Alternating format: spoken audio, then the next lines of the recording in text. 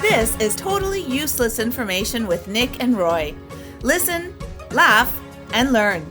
Today on the show, our topics include animals, history, science and fashion, news from around the world, and we'll open up the mailbag. Totally useless information. It's everything you never needed to know.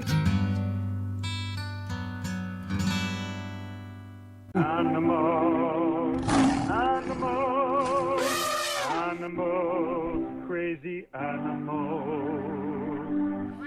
Do you like sardines on your pizza? Well, I hate sardines on my pizza. Pizza is cheese, sauce, and dough. That's it. Well, this is not about pizza. This is about animals. Sardines are not fish. Sardines is a generic term applied to a number of different kinds of small saltwater fish, which are prepared, cooked, and packed in a very special way. Sardines are actually canned herring, and the main sardine is the Atlantic herring. Yes, I've heard that, and that's something else too, like herring and Copia harengus. The old poca harengus. I had that once. Yeah, in but high school. Yeah, you did, and with a little penicillin, it went away real fast. The old hocus pocus apprentice. Yeah. Wow, there is a prawn, I tell you, called the pistol shrimp, that is capable of creating a sonic boom. I think we spoke about this, but I didn't know that this is in the prawn family, and that the sound that it makes when it snaps its claw together is 230 decibels. It also creates heat because it's moving so fast. The friction in the water creates heat. That's one noisy ass crab. Yeah. I think you get rid of that with a shot too. Yeah, I sense a theme coming to the show today. Spiders do, believe it or not, maybe you believe this, but we're going to squash this myth. Spiders do not fly.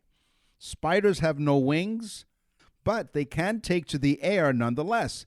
They'll climb to an exposed point, expose their abdomens to the sky, and extrude strands of silk and float away. This behavior is called ballooning. Spiders have been found 2.5 miles up in the air and up to 1,000 miles out to sea. Dolphins are cool. They are so cool that they play with the deadly pufferfish in the water. And they get them to release, get ready for this, Nick. They get them to release their deadly toxins into the water. Then the dolphin swallows just enough of the toxins to get themselves high. They get stoned off the pufferfish.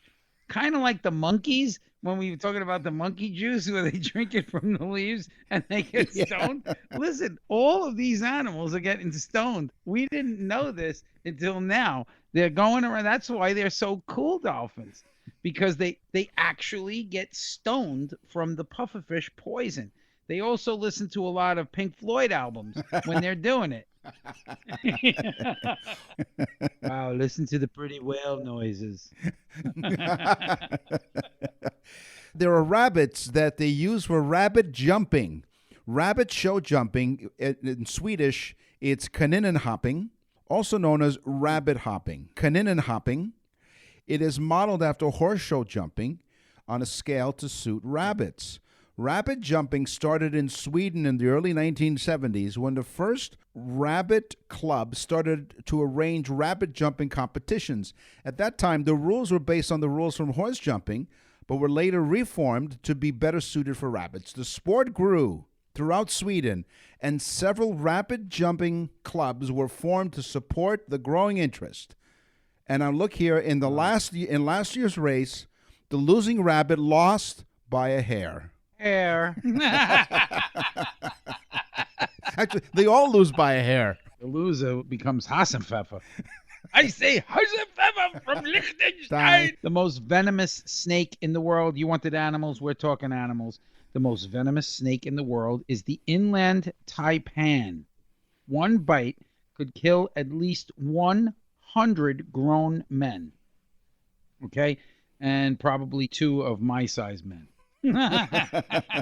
Half grown. So we all. Inland Taipan sounds like something that you order in a Chinese restaurant. I'm in the mood for Chinese food now. Go figure. I Crows. want puffer fish. one puffer fish on the side. Crows are very annoying if you have gardens, but crows are also very smart. They're part of the corvid family, not COVID, but corvid, Corvid family. And those songbirds include ravens, crows, jays, and magpies. They are among the most intelligent birds. Corvids have been known to mimic human voices and other sounds and enjoyed the confusion that results because of this. A zookeeper recounted the antics of pet magpies. Check this out. They learned how to imitate his call to the chickens to come and be fed. When the magpies got bored, they called the chickens, who came running in, anticipating a treat. When the disappointed chickens went back to roost, the magpies called them again and again and again, and the chickens, no match for clever magpies, fell for the ruse every single time. Oh, and they were having fun. They're probably just laughing away up on some wire somewhere. Exactly. Look at the stupid chickens. Yeah. They haven't evolved yet. The magpies are puffing on the puffer fish, and they're just having a great time with the chickens. Yeah. You know, I mean, the chickens are running around with McDonald's shirts on and shirts that say chickens' lives matter. And the crows don't care. They don't. What do you think animals again? What do you think the world's deadliest animal is? You think it's like a shark or a bear or a snake or something like that? Yeah. Well, nope. According to the World Health Organization, the WHO, it is the mosquito. The mosquito kills 725,000 people die from the mosquito bite every year, contracting malaria, dengue, and yellow fever. And of course, it's the WHO, the same organization that said China had nothing to do with it. Who? Oh, God. Yeah. What a name for them. Yeah. Who? It was more like, what? You're listening to Totally Useless Information with Nick and Roy. Happened today is history. What happens tomorrow is history. Yeah. During the Roman times, you had gladiators fight to the death in the Colosseum.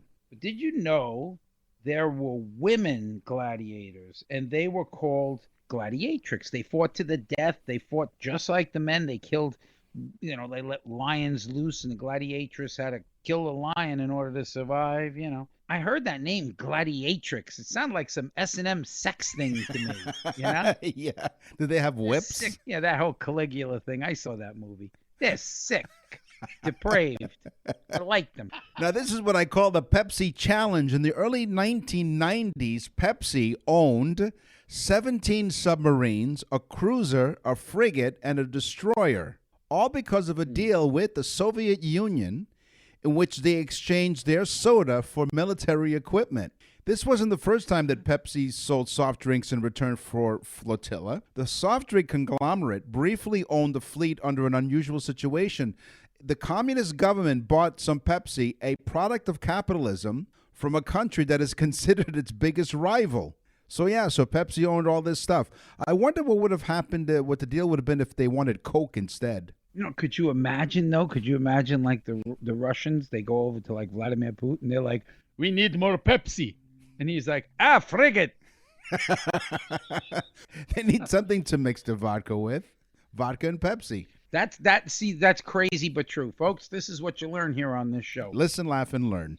Half a millennium before Christopher Columbus discovered America, Leif Erikson of Greenland landed on the island of Newfoundland.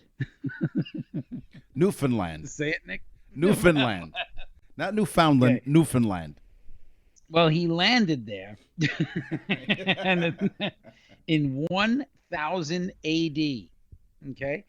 And the Vikings made many trips and settlements in Canada and North America. So Columbus was kind of late to the show, but I guess he's the one who planted the flag. Yeah, you know what happened because he programmed his GPS the wrong way and it took him to the wrong exit. In 1722, The readers of The Current, a paper published in Boston, were captivated by letters sent in by a widow with a keen wit and a gift for satire, Mrs. Silence Dogood. In her letters, Mrs. Dogood poked fun at such illustrious institutions such as Harvard, therefore winning the hearts of many. For months, no one knew the identity of Mrs. Dogood. Turns out, Mrs. Dogood was actually 16-year-old Benjamin Franklin, who worked as an apprentice in his brother's print shop. Yeah, I knew that. That's weird because usually I don't know anything. Yeah, silence do good. Do good for nothing. Thank God I have this show, Nick. Otherwise, I'd know nothing. Okay, this one is a little bit important, this next one. And I'll have to change my voice. Hans Schlaff was a master interrogator from the Nazi German army in World War II. That's ein, zwei, World War II. Okay, this guy, Hans Schlaff, was a master interrogator. He would get information out of hundreds of mostly pilots that crashed, and because he was in the Luftwaffe. So he would get information from them. His method for getting this information out of an American and Allied pilots and prisoners was simple. Nature walks. He took them on nature walks. He gave them homemade baked goods and homemade food. He actually drank beer with them and joked with them and had afternoon tea, and even at times they had the pool parties. What's the pool? This guy actually did this. Okay? Sounds to me like I would fly my plane over Germany and crash it intentionally to have a vacation. Sounds like the Marriott in Tahiti. Nick and Roy will continue with totally useless information. You won't see the engineer that slams the Nissan Rogue's door 13,920 times, or the corrosive chamber that simulates 15 years of life in 5 months, or the Rogue heat-baked for over 300 combined hours. What you will see is a vehicle that can take punch after punch and keep rolling. Nissan, #1 in new vehicle quality among mainstream brands by J.D. Power. We put it through the worst, so you get its best. For J.D. Power 2025 U.S. Initial Quality Study Award information, visit jdpower.com/awards. Awards based on 2025 model year. Newer models may be shown. Totally useless information with Nick and Roy continues. Listen, laugh, and learn. Pope Gate. Pope Stephen VI had his penultimate predecessor. There's a great alliteration, huh? Penultimate predecessor, Pope. I took penicillin for that once, too. His predecessor, Pope Formosus, he took his remains, he dug them up, and put the corpse on trial. With the corpse propped up on a throne, a deacon was appointed to answer for the deceased pontiff. The corpse was found guilty. As a punishment, they stripped him of his sacred vestments, deprived him of 3 fingers of his right hand, which is the blessed fingers, clad in the garb of just ordinary layman, and quickly buried. It was then re-exhumed and thrown into the Tiber. The scandal ended, however, in Stephen's imprisonment and his death by strangling later that summer. Could you imagine they dug up the corpse, put him on trial, and then said, "We sentence you to death"? No, well, it was worse than that. They stripped him of his garments, of his papal garments, his sacred vestments, and dressed him in ordinary jeans. Oh, yeah, that's terrible. Yeah. Could you imagine the guy who was speaking for him? Yeah, death? I dare you. And they took away... Deus is ominous. In ancient Asia, elephants were trained... Yes. Yeah, I'm telling you, this one I couldn't believe. Elephants were trained as executioners. Okay? They would actually train the elephants to stomp and walk over people that were laying in front of them to kill them as a form of punishment for death.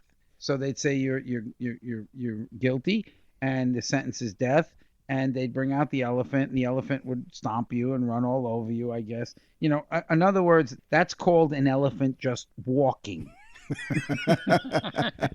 You're not training them anything. Yeah. Yeah, but I mean, if an elephant steps on you, Nick, it's not good. it's not a good situation. No, So, that's why it's the like- word squash was invented. Well done. St. Lawrence was roasted on a gridiron by the prefect of Rome. The legend says, as he was roasting, he cheerfully declared, quote, "I'm well done on this side. Turn me over." He says, "Turn me over." From this, St. Lawrence derives his patronage of cooks, chefs, and comedians. You're listening to, we're done with this one. You're listening to Totally Useless Information with Nick and Roy. Einstein was a moron. Newton was a jerk. E equals nothing. It's science, science, science. That's where it is. I couldn't find it. A human organ that no one knew about has been hiding in plain sight. You thought they would discover, but no, all this time it was hiding. It's called mesentery. It connects the I intestine. had that too. Mesentery. I got a little penicillin, and that's it. Yeah, high school were the great years of high school. Oh yeah.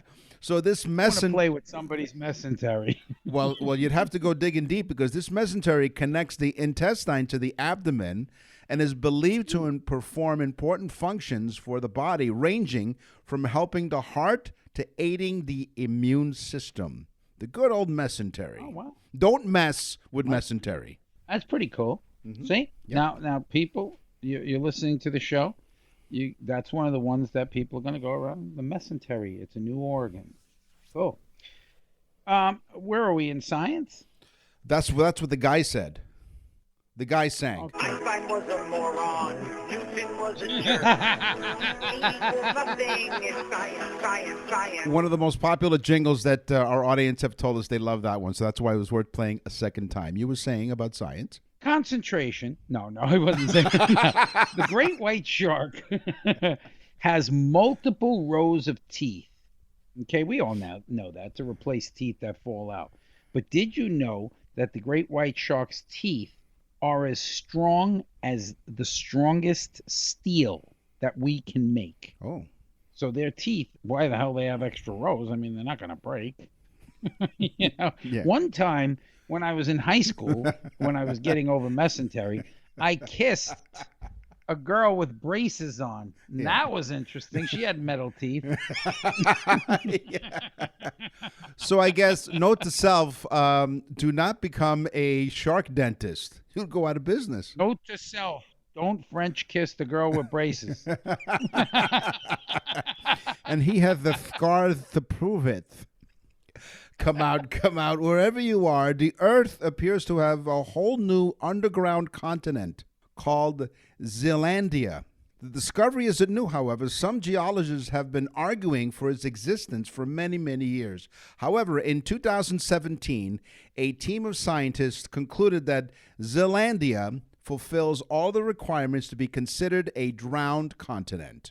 You want to taste, just use your tongue, right? After you use it with the girl with the braces. Yes. Well, wrong. The only reason we taste food is because of saliva. If there was no saliva, we wouldn't taste anything. The saliva breaks down the food so the tongue receptors can read it and understand what the flavor is. Or in the case of my wife's food, just awful. Oh, wow. I do it all the time, and she knows it's not true because she is a wonderful cook Yeah. and the greatest person in the world, and I'm afraid of her. I was going to say, your couch must be really, really comfortable. Really comfortable. My next one I call Bloody Hell. Lungs do more than help us breathe. A surprising discovery has found they also make blood. The organ, present in mammals, as we know, is believed to produce more than 10 million platelets per hour. The lungs? The lungs produce blood. Wow. If Betelgeuse, the brightest star in the sky, is called Betelgeuse. If Betelgeuse becomes a supernova, it can explode, and it would light up our sky for more than 2 months straight.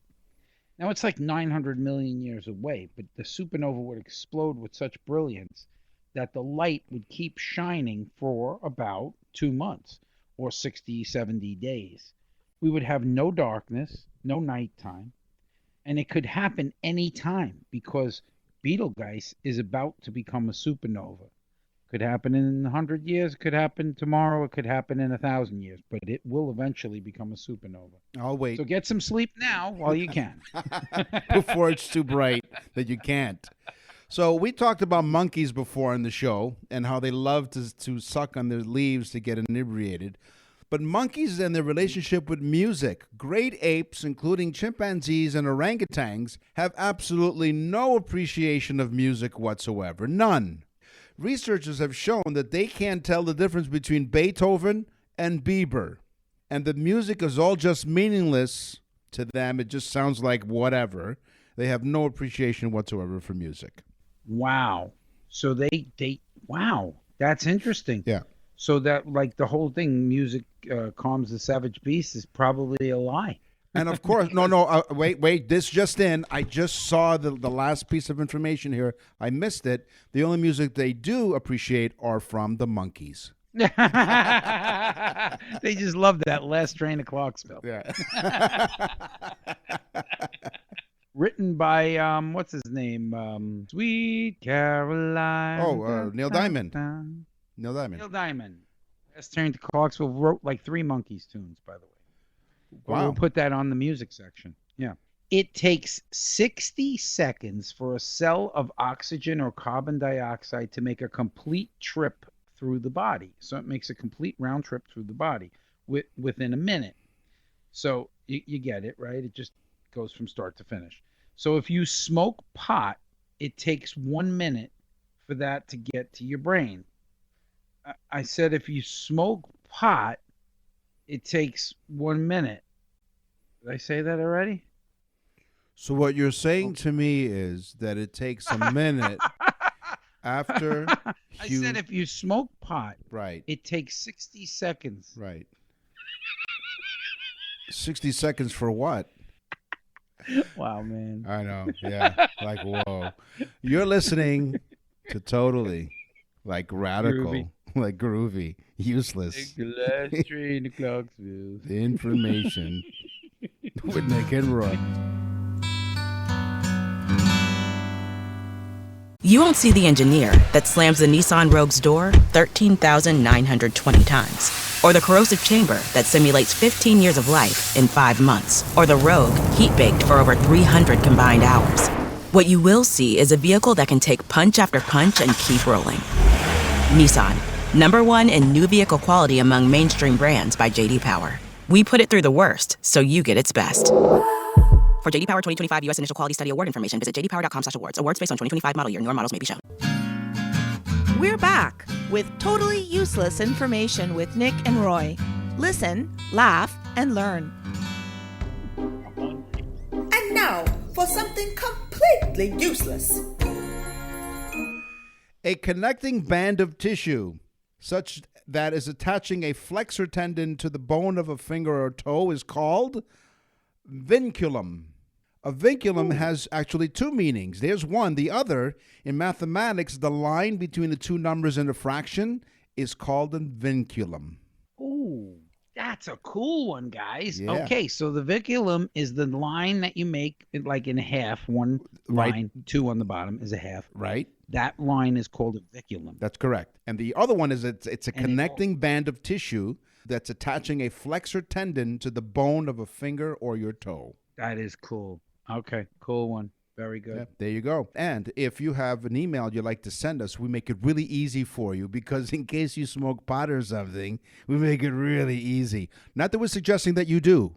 www.nickandroy.com, man. What's in the mailbag?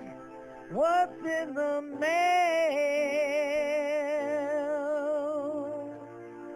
Oh, yeah. Yeah.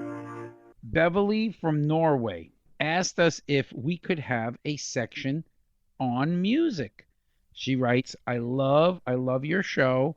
I would love to hear some interesting, nonsensical facts about music. And I said, wow, that's a good one. Why didn't we think of that? we listen to our listeners because pretty simply we have no ability to come up with any really good ideas. So That's why we're listen. useless. Folks, www.nickandroy.com. Go on, write us. We will research this stuff. We have the tools to do this. We will come up with the answers. So coming up, we will have music now. So do like Beverly and go on nickandroy.com, and you can be on the show as well. We'll use your name and we'll use your information, and you'll be famous. That's right. And we'll track you down. That's www.nickandroy.com. What's in the mail? I love what you're wearing. Welcome to the Totally Useless Information Fashion Show. Like 20th century skirts, medieval tunic lengths moved up and down as the fashions changed. In the late Middle Ages, tunic. That's what. I only see one, Nick. How much pot did you not smoke? In the That's right. Actually, that's when people write me an email. They write tunic. In the Middle Ages, tunics were very, very short, but only for those with the worthiest buttocks.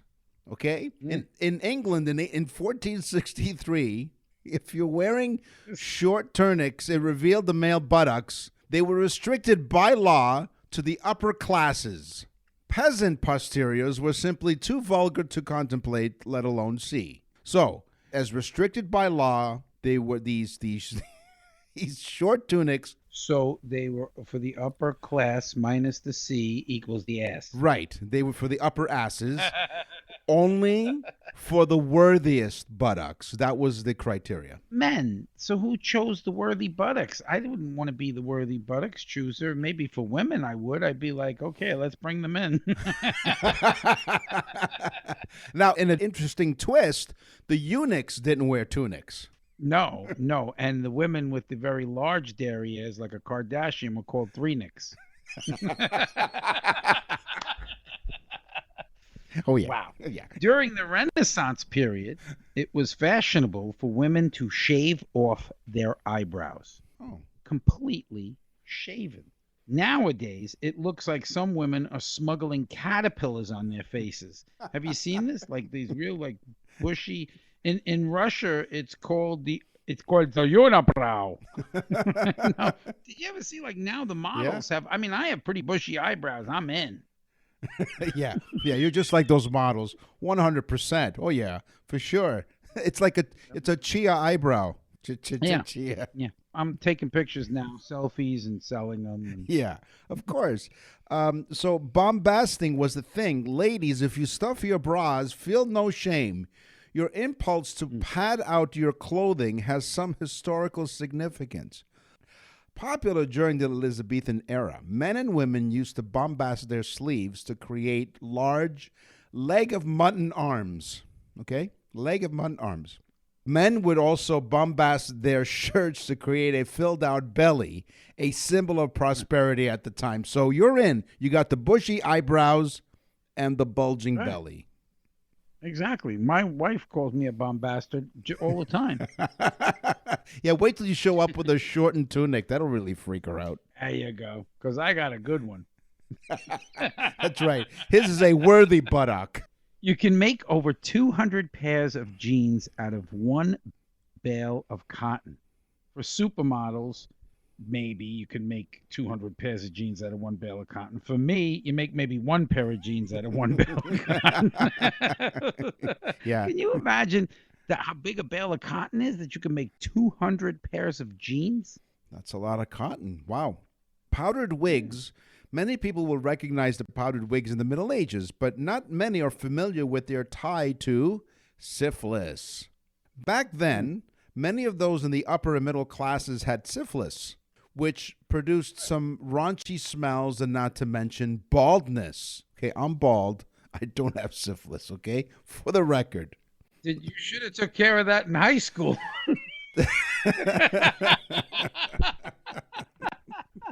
With a little penicillin. You had hair in high school. See what happened? That's right.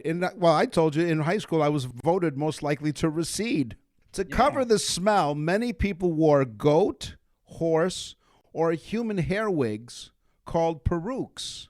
The wigs were powdered in scents like lavender and orange to cover the stink coming from down below. The trend Wow, this is so bad. I can't take this. The trend caught on when Louis XIV started wearing them, and yes, he had syphilis too. Now, I'm of Italian origin. My family comes from southern Italy, and the word for wig is parrucche. And as I'm doing the research for this segment, I'm thinking perukes. That's where the dialect where my family comes from, which is southern Italy. In that dialect, that's where they got the word wig from. La perruque, as we would say, it comes from perukes. There you go. I learned something on our own show. See? So in Italy, they had loads of syphilis too. I No, assume. So they were wearing a bunch of perukes. To cover the smell, they use goat, horse, and human hair to cover. So Nick, don't repeat it a second time because I smoked pot and I'm stoned. You ruined it. You killed my buzz, man. Had the Doritos set up and everything. There you go. Not that we're sponsored by Doritos, a delicious treat. And we're not stoned, really. We're not. We're not. You ever see Nick sometimes raps as a joke, and he says he wears his pants down and so on. So you see these street thugs and rappers, and Nick, of course, wearing their pants low down on their waist. You know what I'm talking about, right? Okay. Do you know how that started as a fashion statement? In L.A., in prisons, they were not allowed to have belts. So most of the time, the guys would be walking, and their pants would fall down past their underwear, but not past their hips. And so they would just leave them there because they didn't care. And it became almost like a cool street cred fashion statement to wear your pants like a prisoner. I guess.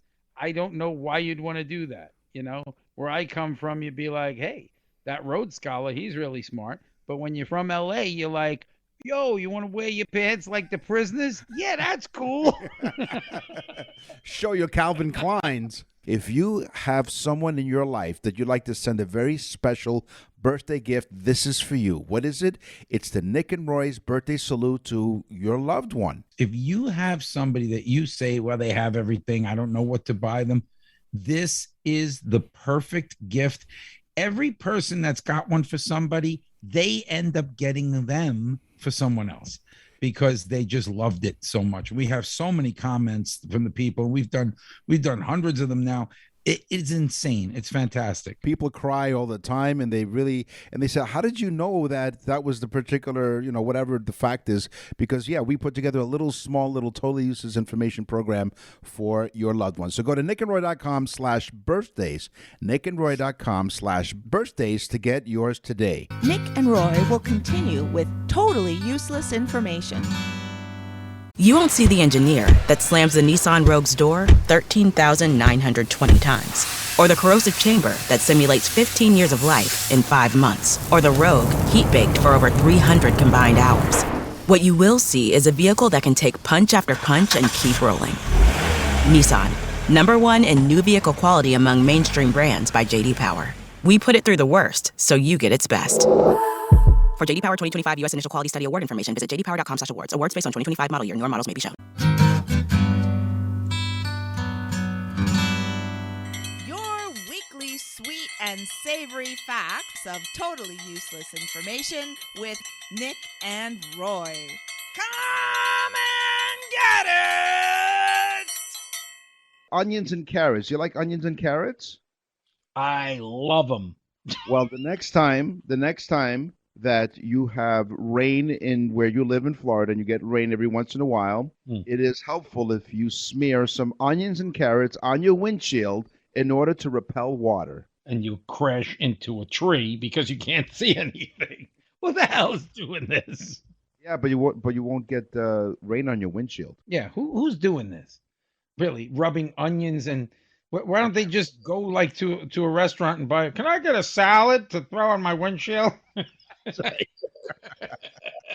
Put the windshield wipers on. You see, they take the cucumbers, stick them on their eyes while they're waiting for the windshield to defrost. First food ever consumed in space. Do you know what it was? No, my guess would be Tang, but I don't know if that's considered food. No, it kind of makes sense though. The first food ever consumed in space was applesauce. Again, nutritious, easy to put into a little squeezy bag, I guess, or whatever. And then it also comes out like a baby's diaper. You ever wonder why we give teachers apples? Well, because in the 16th and 18th century, teachers barely made enough money to live. Well, some things never change. But so apples were given as a compensation, basically. Kids would bring apples because it was a common crop and a common food, and it was nutritious, and it was something the teachers could bring home and eat. So they gave apples. What is blibber blubber? Blibber blubber was the first bubble gum formation. Ah, makes sense. Developed in 1906 by Frank Fleer. However, the gum was never marketed because its texture resembled silly putty. It was brittle and sticky and produced sticky wet bubbles that splattered when burst instead of snapping back, as the formula had too low surface tension and elasticity. It required vigorous rubbing alcohol and other solvents to remove the bubble gum from the face of the person. Meantime, this crazy bastard ends up probably, and I'm going to find out, starting the Fleer baseball card company. That's right. He's like, screw it. I tell you the truth. I'm ruining these kids' faces. So. But in 1928, after a number of unsuccessful tests of different formulas, Walter Deemer, an accountant, an employee of Frank Fleer Company, improved the blibber blubber formulation by adding latex. Oh, great. What did he do? Bring some of his wife's bras in and throw them into the blibber blubber mix? No, it's basically baby was the first condom. It's safe, baby. It's safe. I'm wearing blubber blubber. It's like, you're damn right it's safe. If that thing blows up, I'm going to need rubbing alcohol. Oh, my God. Deemer, he colored his creation pink because it was the only food coloring he had at the time. That matched people's faces. And because blibber blubber didn't really sell too well, they changed it to double bubble. Double bubble. Oh, my God. Double bubbles, pink colors, set a tradition for nearly all bubble gums to follow. So thanks to Mr. Deemer and Mr. Fleer, blibber blubber became double bubble. Thank you, Mr. Fleer, for giving us a damn good laugh. Okay, so we come up with all this stuff because that was great, but now think about this one. This is going to get people like crazy. Cotton candy. Okay, who do you think invented it? What do you think his profession was? Some clown. No, he was a dentist. No. Really? Yeah, in 1897, he was a dentist. He partnered with a confection company and called it Fairy Floss. Yeah, get ready now. Get ready. It didn't really sell well. So this other dentist, two dentists, created a better machine in 1921, and he called it cotton candy. He was toying around with other names like teeth rotter. But can you believe this crap? Two dentists invented pure sugar to put onto your teeth. Now I know what they mean when they say don't forget to floss. That is amazing. Those were two really good ones. Well, how about this? If you eat too many carrots, can your skin turn orange? It does. I know people that drink carrot juice and they've turned orange. Really? Do they call them bugs? No, but did you see the President of the United States' hair?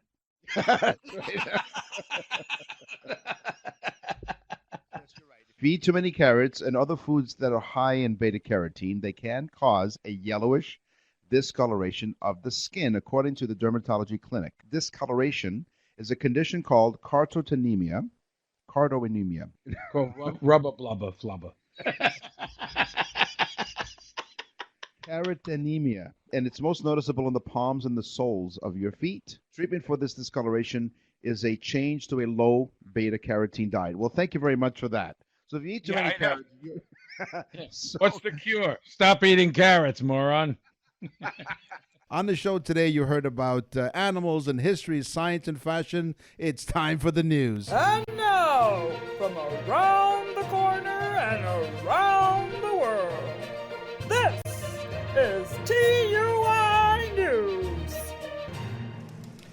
all remember the Meatloaf song, I'll Do Anything for Love.